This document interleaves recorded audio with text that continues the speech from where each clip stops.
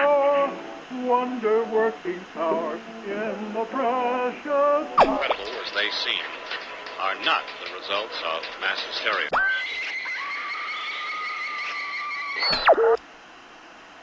You may wish to adjust the dial. You're currently tuned into the wrong station.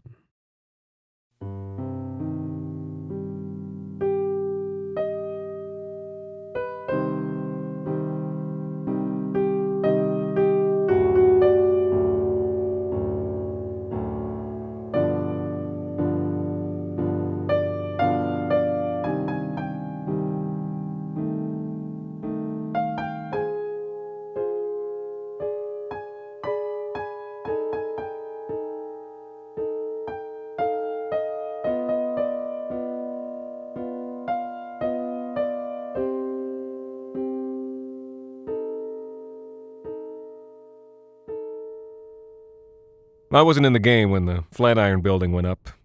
No. I started walking beams in the 20s and stopped before the Chrysler and the Empire State Buildings were finished. I'm sure they're beautiful, but you won't catch me in them. Can't bear heights anymore. Makes my stomach turn just thinking about it. But in the 20s, I was a bona fide daredevil. I'd come to New York with just about nothing. Got into skyscraper construction because it paid double the other sites. But it wasn't just that. This was the 20s, the roaring 20s. The Big Apple was the place to be, everything happening all at once, and I needed to be part of it.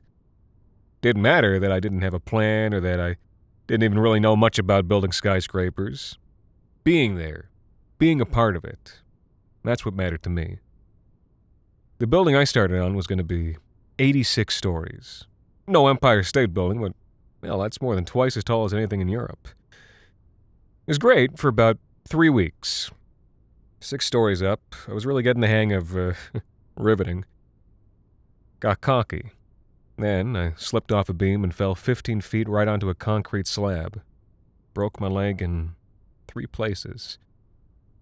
I did the math. 0.97 seconds. That's how long I'd been in free fall. 0.97 seconds. But it felt like years. I'll never forget it as long as I live.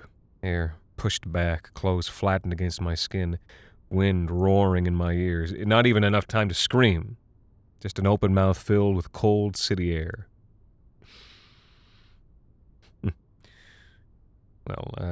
They were clean breaks, and I healed faster than most. As soon as I could walk, I was back to building scrapers. But now it was necessity that drove me. Double pay. The faster I built my stake, the faster I could get away from heights. Thankfully, the site supervisor told me I could come back to work after I'd healed up. Now, I'd used my time recovering to craft a sturdy safety harness with a length of strong leather cord I could wrap around the nearest girder.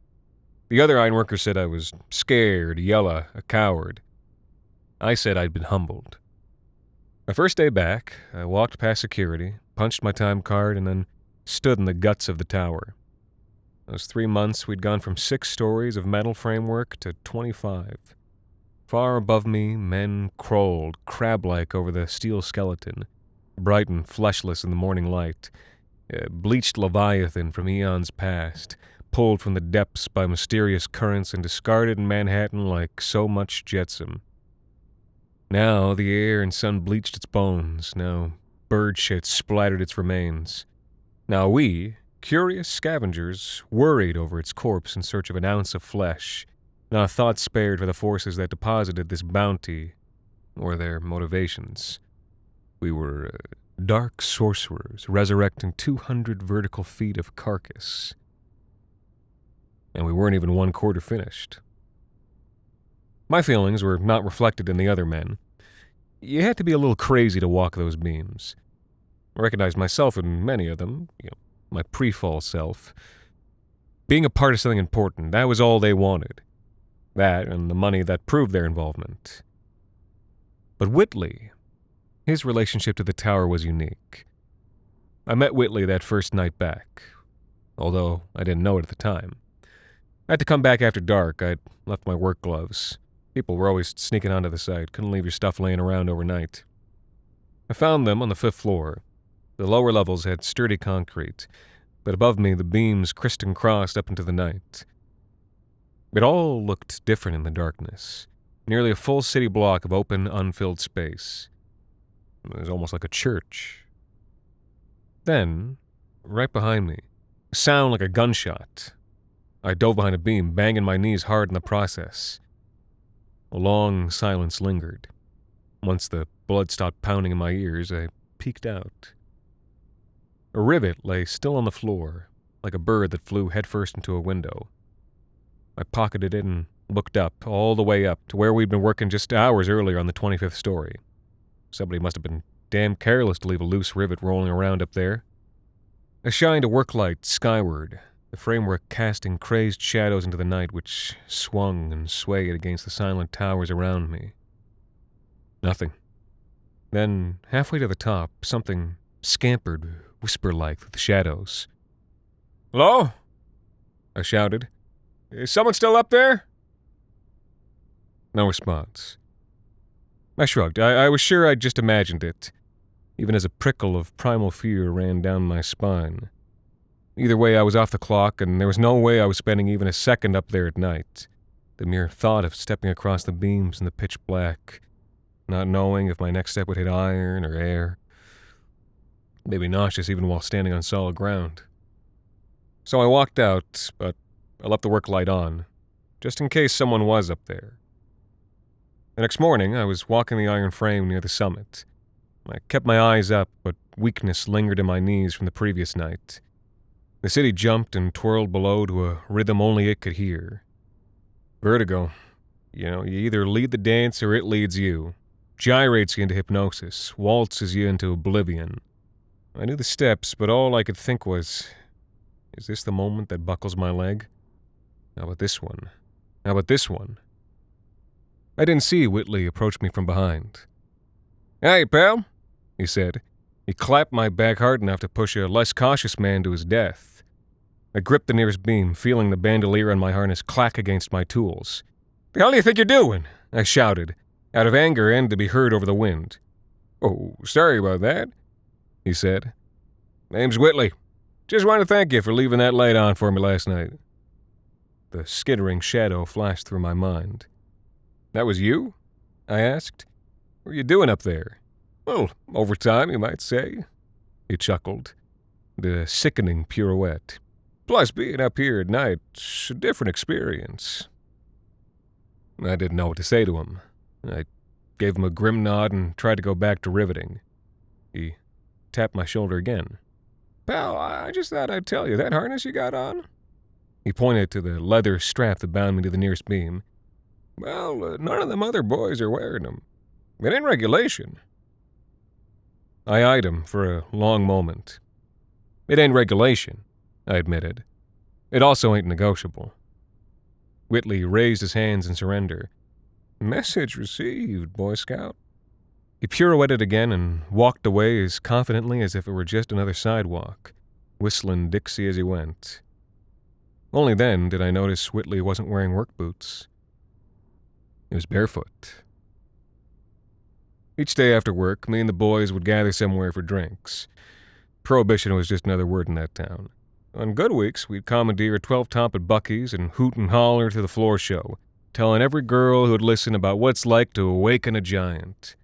Even the Richie Riches in their tailored suits didn't get as much attention as a motley gang of skyscraper builders. On bad weeks, we'd make our way to the Understone, the owner playing quiet piano in the corner while we toasted whoever it was who'd taken that long misstep into the sky. That was the only reason for a bad week in those days. A fall. Whitley never joined us on these outings, but he was a regular topic of conversation. Stories always accompanied by a cockeyed grin and a slow shake of the head. "That Whitley," they'd say, "he sure is something. You see Whitley today?" One would say, "Caught him sitting on an unfastened pipe on the 19th story." "What's so odd about that?" says another. "He was stone asleep." "That's nothing. Once I watched him walk beams blindfolded for over an hour." "Sounds like you both skipped an hour of work." I hear he doesn't even leave the site. He keeps hanging upside down from his knees like a bat. I seen it. That fella acts like he can't fall. Well, he hasn't, not even once. Neither of you moron. Fall once and it's not like you're coming back. And then everyone would slowly turn to look at me, the ghost at the table. I saw Whitley again a few weeks later. I was riveting on the 30th story now, sitting astride the frame. My legs dangled in the open air, which made me feel sick, even though I knew it was safer than standing.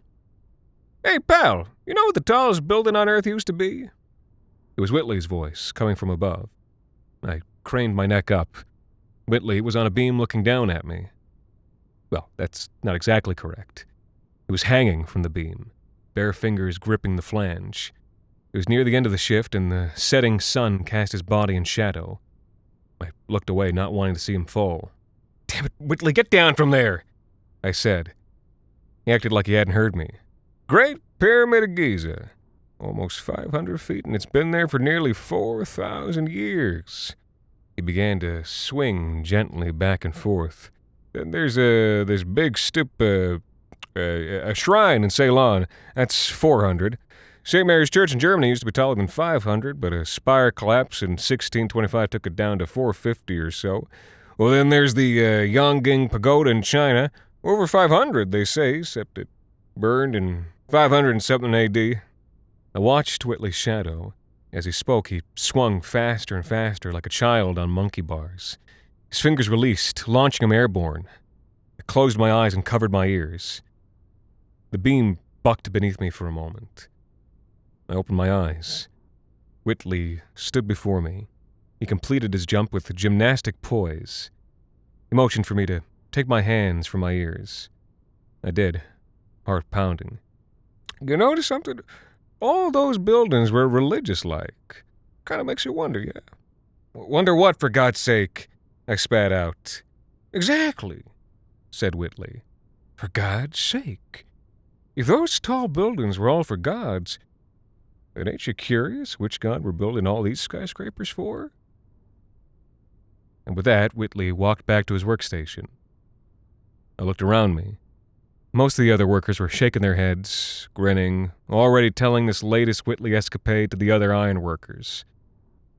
But some, the ones close enough to hear him, some watched Whitley, staring after him even as their eyes watered from the setting sun. The bosses took note of Whitley's willingness to do the most dangerous jobs that nobody in their right minds would tackle. Riding the girders as our crane pulled into the air so as to guide them better, shimmying up bare vertical steel to fasten crossbeams while the gales vibrated the cold metal between his knees, like a horse trying to shake off a fly. And he worked for cheap. It wasn't long before Whitley was made foreman of our crew. The other boys either respected him or feared him, but most importantly, both groups listened to him. Then, when we were 60 stories up, the site supervisor took a confident step into thin air while showing our crew how to properly weld a crack in the frame. He didn't even scream. Just fell, trying to grab the wind as it creased his clothes and pushed his hair back against his skull. He was dead before he hit the ground, head bounced off a girder on the 14th floor with a sound like a church bell. Not long after that, Whitley was in charge of the entire site. Whitley had us working doubles all through the late summer. The boys were right, Whitley never left the site, and now that he was in charge, he didn't feel the need to hide it anymore. I caught him hanging from the flanges on many occasions. His eyes stared off to the horizon as he faced the rising or setting sun. "What you looking at, Whit?" I asked him one day, trying not to look at his feet dangling in the air. Whitley kept hanging there from his fingertips without speaking. He hung there so long I'd already gone back to work before I heard him reply. "Praying," he said. "Do you see something in the sun?" I looked. "No. It's just the sun." Whitley didn't reply. The next morning I saw him dangling again, but he wasn't alone. 3 other iron workers had joined him, eyes wide open, staring at the sun. Not long after that, Whitley began holding early morning ceremonies on the top floor. Not officially, of course, but it was hard to resist his allure. Men would gather to hang limply from the beams, swaying in the gusts that howled through the downtown corridors, funneled by the skyscrapers. Whitley would speak ceaselessly, his inner monologue flowing forth like the breeze through a revival tent. He spoke of divinity, spoke of church spires, the Great Pyramids, the Flatiron Building, the ziggurats of Mesopotamia, pagodas, stupas, the Singer Building, cathedrals, the Manhattan Life Insurance Building, the Tower of Babel, weaving all these disparate ideas in and out, agreeing, then contradicting the contradiction, all his words pointing to one undeniable fact, that there was a reason for all of this. Something so pure and ancient and holy that it drove all powerful people in history to build up and up and up, that they were part of this process, and therefore the light from that reason must also shine down upon them. And if that was so, they must work without fear, hang from the beams without fear. Fear was doubt, and doubt could never exist in the same body as faith. Pure faith. I could never bring myself to trust Whitley that much, but I sat close by in the mornings, listening to his words and feeling my safety harness cinched tight around my chest. My secret shame. 75 stories up, Whitley called an urgent general assembly of all the roughnecks and ironworkers on the site. His eyes sparkled as he gave us the news. The building owners had approved a new design. His skyscraper wasn't stopping at 86 stories. They were going all the way to 110. A whoop went up from those in the crowd who could do quick math. 110 stories, that would make this the tallest building in the world. Not just the tallest, the undisputed tallest. Taller than the next one by almost 300 feet. The excitement of Bucky's was palpable that night. Even I found myself lost in it. The tallest building in the world, that meant something. That meant something. That meant something. We all kept repeating it. That meant something. That meant something. And for the first time since my fall, I started to believe again. The next shift, an ironworker I'd never met fell 900 feet onto the pavement. His pulverized body greeted us with a rictus grin. Whitley gently closed his eyes with 2 greasy fingers. We all returned to work within an hour. Whitley didn't even have to ask us to. We just did it. Because we knew it meant something. Even if we couldn't put our finger on what. People can get used to anything. Complacency. It's a sickness, one that eats away at our souls and allows for misery and death. I know that from experience. Somehow, since I'd been working on the tower, I'd gotten used to watching our boys slip, fall, and die on the pavement. But sometimes something shakes you out of it. A slight shift in context is all it's needed for the whole grisly picture to snap into focus once again. I was working on the 93rd floor when I saw a shadow drop rapidly out of the corner of my eye. I barely looked up from my work, knowing that there was nothing I could do now that gravity had claimed him. Then another shadow shot down towards the street. This time I did look. It wasn't one of our boys. In fact, it was the finished skyscraper across from our site. A man in a suit plummeted towards the sidewalk. I turned away before the impact, but the screams from the street wafted up to us all thin and broken. As the day went on, I watched men step from skyscrapers that had not been there even 5 years earlier, and saw them slowly corkscrew as the air rippled along their tailored suits. I called out to them until my voice was hoarse, pleading. But it was useless. They were blocks away, and the wind tore my words to confetti. That's how I found out about the market collapse. Black Tuesday. The news made it down the tower before I did. Whitley was sitting with the rest of the crew, calmly explaining that this was merely a bump in the road. Did they really think anything could stop the construction of this fantastic, no, sacred building? He spoke loudly. He had to. Bodies were still falling all around us. At first, the crew kept right on building as if nothing had ever happened, as if the normally bustling downtown streets weren't loud with silence, as if the cold monoliths around us weren't apocalyptically empty, as dark and cold as the tombs they had become. Whitley's fervor pulled many through for a while. Payment was paused for a few days while, according to Whitley, the investors liquidated some assets. A few days turned into a few weeks. The depression began to strangle the city. It wasn't until the third check bounce that the crew really began to shrink, then simply stopped showing up. The liturgy Whitley had woven around the welding, riveting, and lifting was shredded by the economic reality. To be faithful is one thing. To be faithful and hungry? That was another. The spell was broken. For good. I'd left only 2 days after Black Tuesday. In Whitley's cult, I saw the outline of something grim and deadly. The Wall Street suicides were merely a good excuse to leave. I still frequented Buc-ee's to drink depression-priced liquor with the other furloughed workers who'd sought out greener pastures. We stewed in the funereal atmosphere while the musicians Buc-ee's could afford plunked out ragtime dirges on sour-noted pianos. Inevitably, we'd talk about Whitley, what had become of him, whether he'd gone home like many of our friends. Well, we laughed at ourselves for the strange habits we'd developed from our time on that site. We still spoke as if we'd lost something important, even if we couldn't say exactly what. Found myself walking past the great bulk of the skyscraper, now abandoned and truly dead, but for the concrete winged pigeons that perched in the unadorned girders above, and the steel-eyed hawks that perched above them.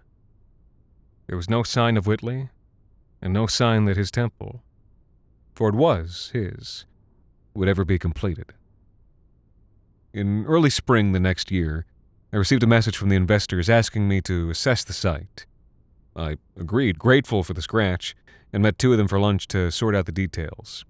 At the meeting, I offhandedly suggested that they could save some dough by breaking down the frame on the top 24 floors and reverting to the original 86-floor plan.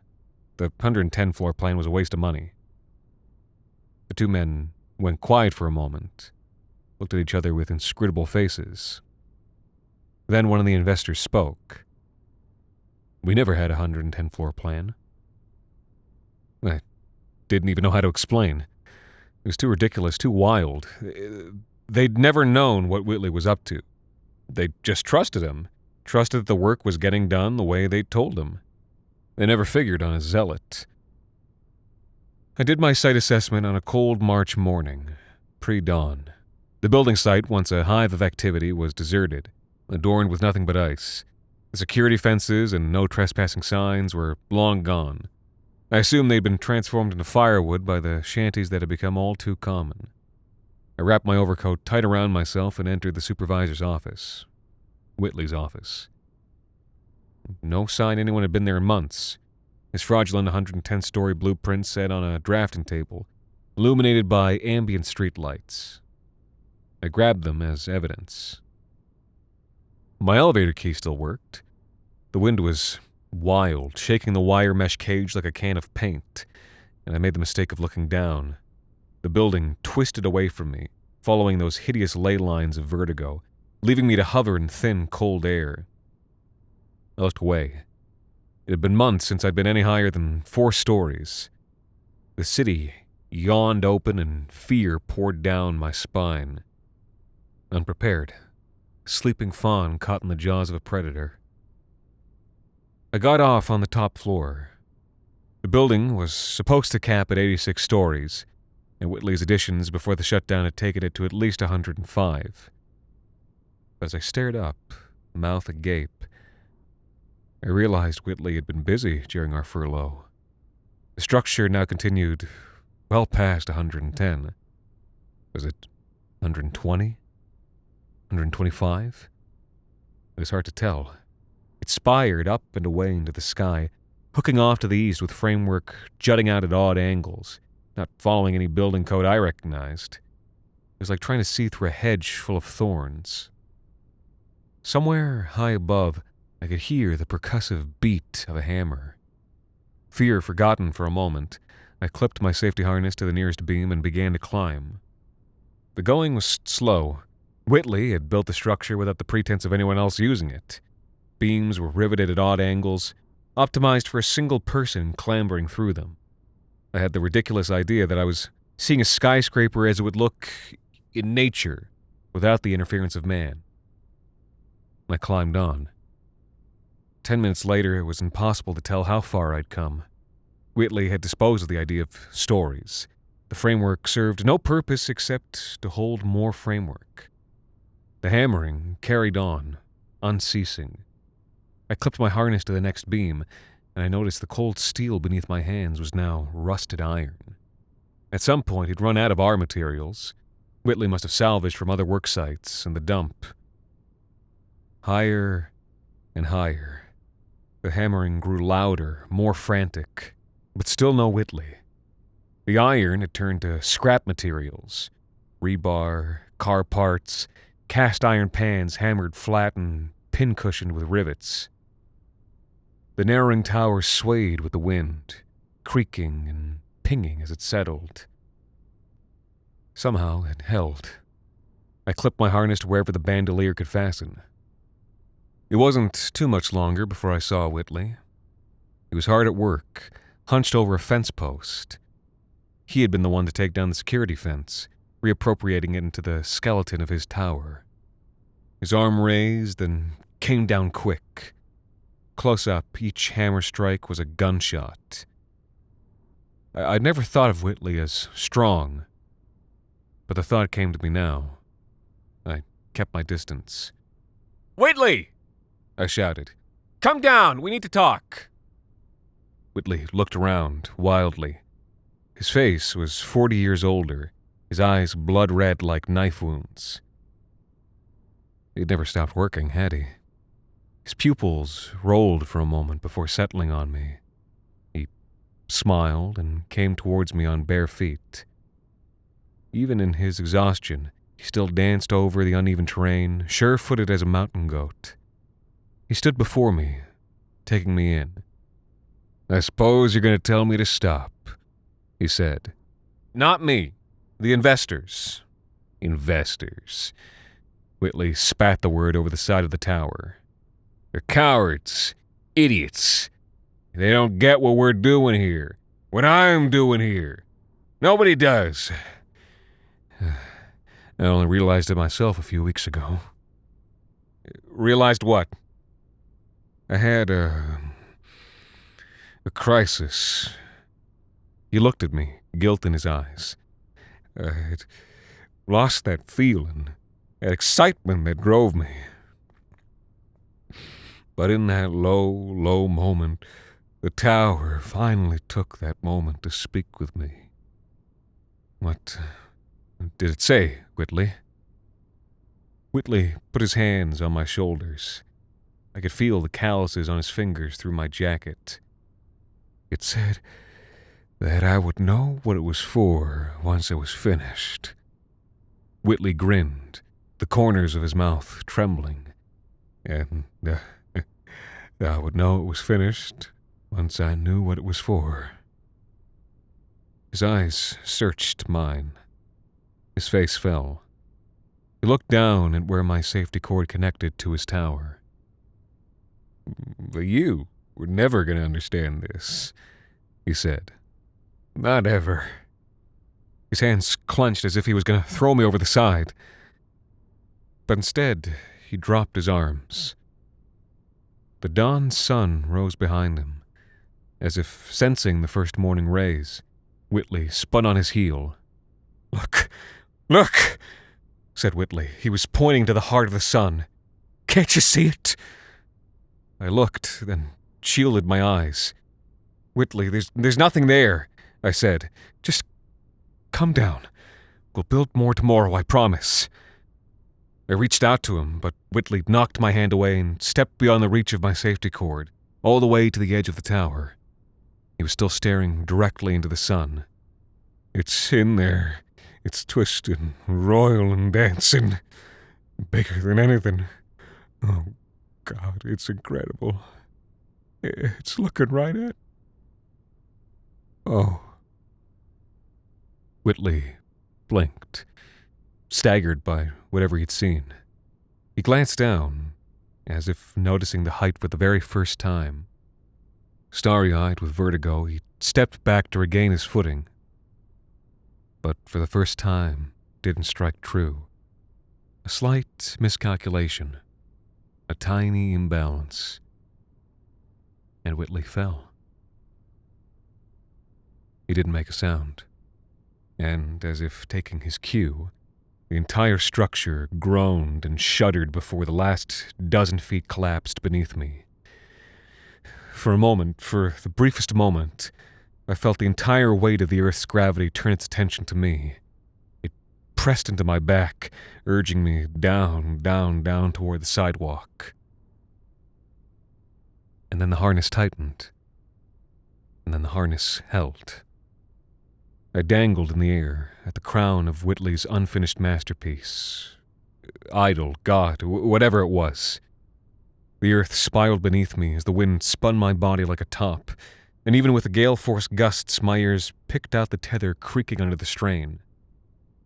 Seconds passed, then minutes. I don't even remember the climb down.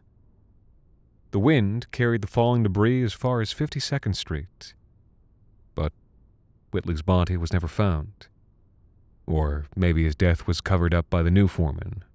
Not uncommon in those days. But some of the boys had other ideas. Years later, once the depression let up, they told tales of a vision that appeared on foggy nights while working a new frame. A vision of a man who, he wasn't quite floating.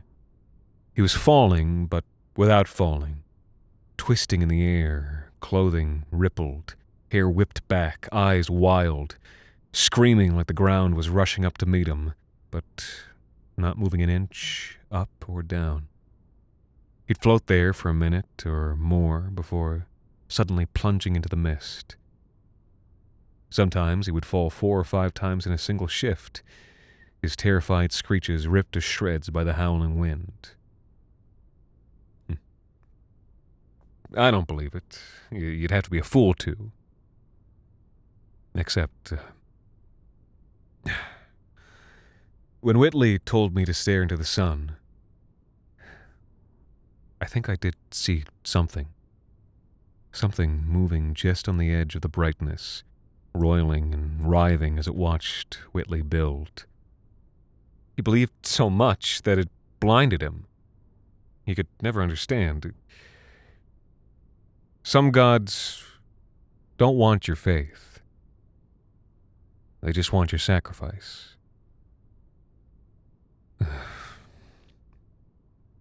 Makes my stomach turn just thinking about it.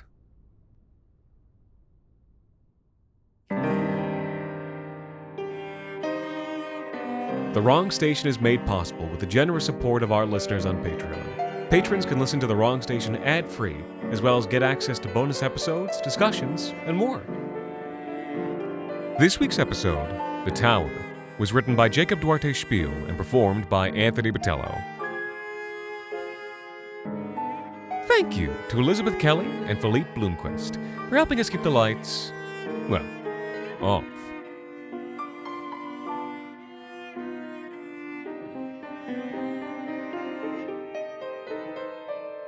The Wrong Station is co-produced by Alexander Saxton, Anthony Botelho, and Jacob Duarte Spiel, with music composed and performed on the piano by Ilan Citrin, and arranged for the viola and performed by Viola Schmid. You can follow The Wrong Station on Twitter, Facebook, and Instagram, and email us at thewrongstation@gmail.com. And until next time, thank you for listening.